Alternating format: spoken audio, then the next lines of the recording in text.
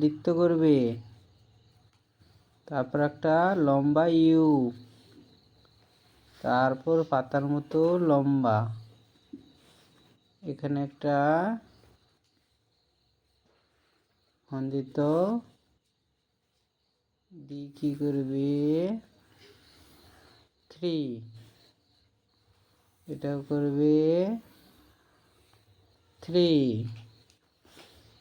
এবার এখানে কি করবে বৃত্ত, এখানে একটা বৃত্ত, এখানে একটা বৃত্ত, 4টা বৃত্ত। ঠিক আছে, এটা হচ্ছে মোট বাড়ি থেকে 5টি আঁকবে।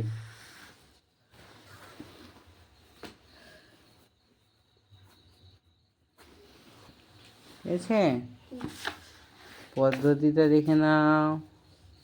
সোজা করে দাগ টানবে, এটা 1 নম্বর, 2 নম্বর,